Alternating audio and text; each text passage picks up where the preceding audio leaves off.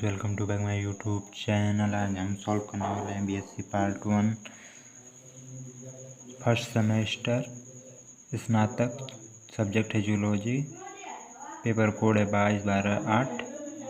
चलिए बिना समय गवाए चलते हैं फर्स्ट क्वेश्चन की तरफ।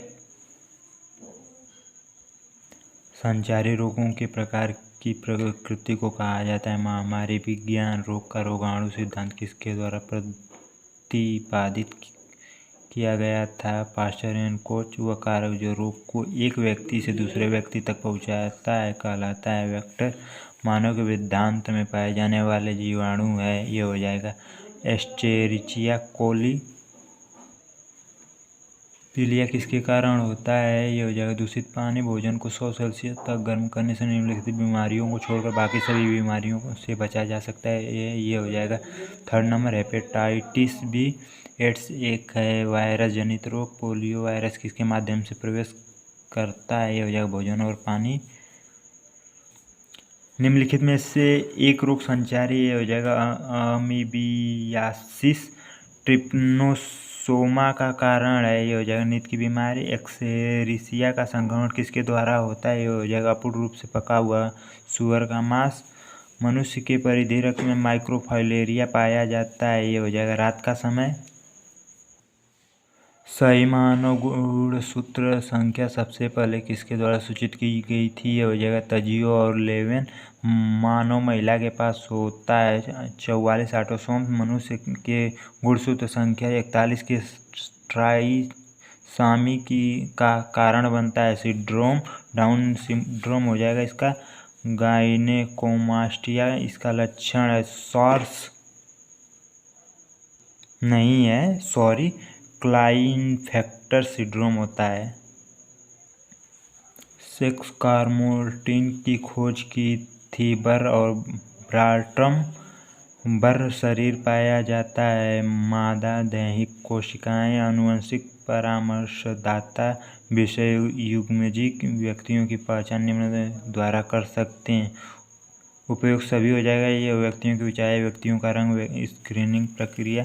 आनुवंशिक परामर्श के लिए भ्रूण की स्थिति निम्न द्वारा निर्धारित की जा सकती है। इसका हो जाएगा एमनियोसेटेसिस। नेक्स्ट, ड्यूटेरानोपिया एक ऐसी बीमारी है जब रंग की कोई धारणा नहीं होती। हरा। मेंडल को किसका पिता कहा जाता है? ये हो जाएगा टैक्सोनॉमी।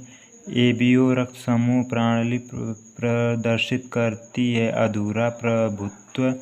एबीओ रक्त समूह के लिए कितने संभावित जीनोटाइप्स हैं? 6 हो जाएगा इसका। ब्लड ग्रुप बी वाला एक पुरुष ब्लड ग्रुप ए वाली महिला से शादी करता है तो उसके बच्चों का ग्रुप बी होता है। ये बच्चों का जीनोटाइप क्या है? ये हो जाएगा IV।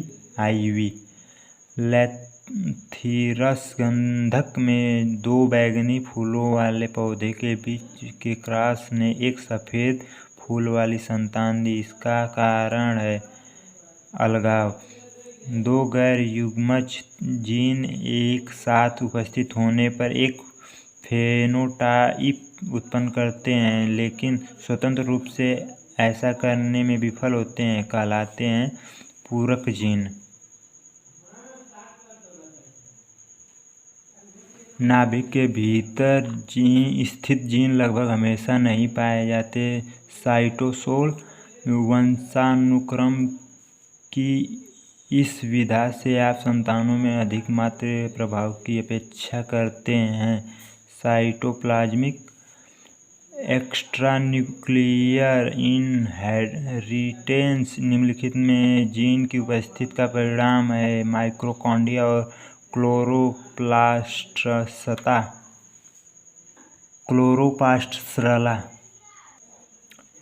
एपिसोम क्या है? ये हो जाएगा जीवाणु कोशिका के वंशानुगत डीएनए। मेंडल द्वारा विकसित के विरासत के नियमों की व्याख्या करने के लिए चुना गया जीव पीसम सैटिवम। निम्नलिखित में से किसे मेंडल का पुनरावृत्ति लक्षण माना जाता है? ये हो जाएगा झुर्रीदार बीज। युग्मक कभी संकर नहीं होते, यह कानून का क्या बयान है? ये हो जाएगा अलगाव। मेंडल ने युग्मकों की शुद्धता का यह नियम किस आधार पर प्रतिपादित किया है? By dihybrid cross. Dihybrid cross. निम्नलिखित में से कौन सा मोनोहाइब्रिड अनुपात है? ये हो जाएगा 9:3:3:1। मिटा दिया एकदम आराम। यदि दो युग्म विकल्पी के एक साथ आते हैं तो केवल एक ही स्वयं को व्यक्त करने में सक्षम होता है। यह कहा जाता है प्रभुत्व का कानून। एक जीन का प्रभावी कहा जाता है यदि यह केवल समयुग्मक की स्थिति में अपना प्रभाव व्यक्त करता है। तो जब एक F1 व्यक्ति को दोनों में से किसी एक के साथ क्रॉस किया जाता है, माता पिता क्रॉस के रूप में जाना जाता है, बैक क्रॉस। प्रमुख फेनोटाइप दिखाने वाले पौधों का जीनोटाइप निर्धारित किया जाता है, टेस्ट क्रॉस हो गया।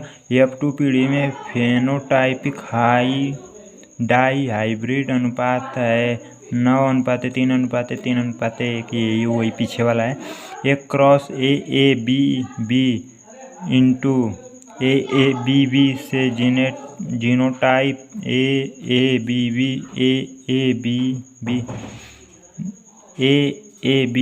AABB निम्नलिखित अनुपात से प्राप्त होते हैं। ये हो जाएगा 1:2:1:0। अधूरा प्रभुत्व किसके द्वारा दिखाया गया है? मिराबिलिस। ओमनिस सेलुला है। सेलुला किसने कहा था? विर्चो। एक विभाजित जानवर और पौधे कोशिका का बीच मुख्य अंतर में निहित है। यह जगह गुणसूत्र विभाजन। माइटोसिस शब्द किसके द्वारा प्रस्तावित किया गया था? ये हो जाएगा फर्स्ट हो जाएगा फ्लेमिंग के द्वारा। एक नवगठित कोशिका में तब तक होने वाले परिवर्तन की श्रृंखला बढ़ता और विभाजित होकर संतृप्त कोशिका बनता है कहलाती है। ये हो जाएगा इंटरफेज। इसका हो जाएगा इंटरफेज, इसका हो जाएगा फ्लेमिंग। और ये हो जाएगा आरएनए तथा प्रोटीन का संश्लेषण होता है। इसका हो जाएगा ये वाला G और G2 चरण, G1 और G2 चरण हो जाएगा। कैरियोकिनेसिस साइटोकाइनेसिस में से अलग है क्योंकि इसमें विभाजन शामिल है। ये हो जाएगा दोनों A और B दोनों, साइटोप्लाज्मा और न्यूक्लियस। समसूत्री विभाजन की कौन सी अवस्था सबसे लंबी होती है? हो जाएगा प्रोफेज। इसका हो जाएगा प्रोफेज। और ये इस स्पिंडल उपकरण का बना होता है। ये हो जाएगा सूक्ष्म नलिकाएं। इसका हो जाएगा समसूत्री विभाजन का परिणाम होता है। इसका हो जाएगा मात्रा और वृद्धि में। क्रासिस ओवर किसके दौरान होता है? ये हो जाएगा पच्चिटिन। निम्नलिखित में से किसे कोशिका का कोशिका क्रय का हिस्सा नहीं माना जाता है? ये हो जाएगा 2 नंबर, न्यूक्लियस। और केंद्र क्लोरोप्लास्ट और माइटोकॉन्ड्रिया के बीच सामान्य विशेषताएं हैं। ये हो जाएगा पहला DNA। परमाणु लिफाफे की संरचना सुविधा प्रदान करती है। ये हो जाएगा 4 नंबर वाला, सामग्री और न्यूक्लियोसाइटोप्लाज्मिक एक्सचेंज। न्यूक्लियोप्लाज्मा में गोलाकार आकार का एक विशिष्ट शरीर एक निश्चित स्थान पर एक विशेष गुणसूत्र से जुड़ा होता है, कहा जाता है न्यूक्लियोलस। ये वाला हो जाएगा। न्यूक्लिक एसिड से जुड़े प्रोटीन है। ये वाला हो जाएगा ग्लोबुलिन।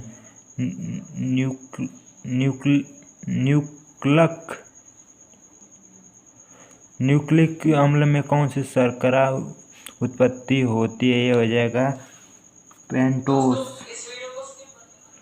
डीएनए के दोहराव को कहा जाता है प्रतिकृति। जेड डीएनए की एक पूर्ण पिच में न्यूक्लियोटाइड जोड़े की संख्या होती है, इसमें हो जाएगा 12।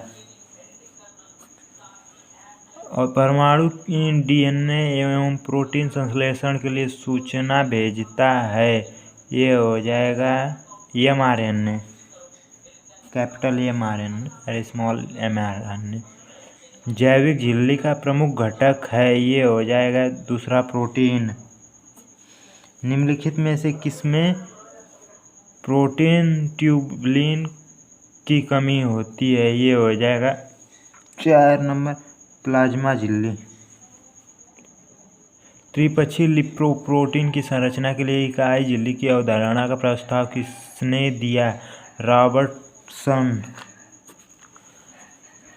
कोशिका झिल्ली में सबसे प्रचुर मात्रा में लिपिड है, ये हो जाएगा 4 नंबर फास्फोलिपिड। माइकोप्लाज्मा पीपीएलओ की प्लाज्मा झिल्ली में समृद्ध है कोलेस्ट्रॉल।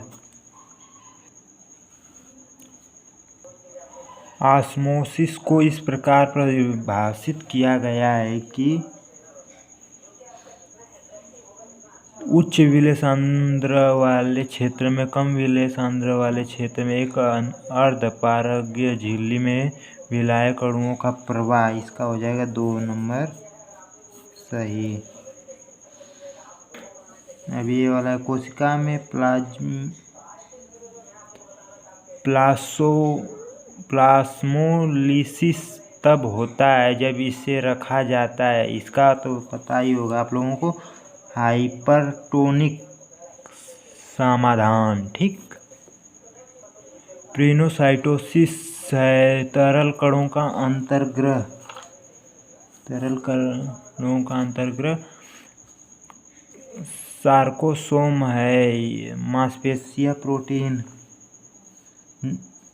मांसपेशिया फाइबर हो जाएगा, मांसपेशिया प्रोटीन नहीं होगा। और ऊतकों की कोशिकाओं में माइटोकॉन्ड्रिया प्रचुर मात्रा में पाए जाएंगे होना, इसमें अधिकतम गतिविधि हो जाएगा। डीएनए में पाया जाता है माइटोकॉन्ड्रिया। क्रेब्स चक्र होता है, इसका हो जाएगा माइटोकॉन्ड्रियल मैट्रिक्स। राइबोसोम की खोज किसके द्वारा की गई थी? ये तो पता होगा आप लोगों को, पालेट द्वारा। Thanks for watching video. Please subscribe, like, comment, share my channel RK studies. और भी ऐसे वीडियो के लिए हमारे चैनल को लाइक, कमेंट, सब्सक्राइब, शेयर ज़रूर करें और कमेंट में बताइए कैसा आप किस सब्जेक्ट पे चाहिए, किस पेपर पर। Thanks for watching video.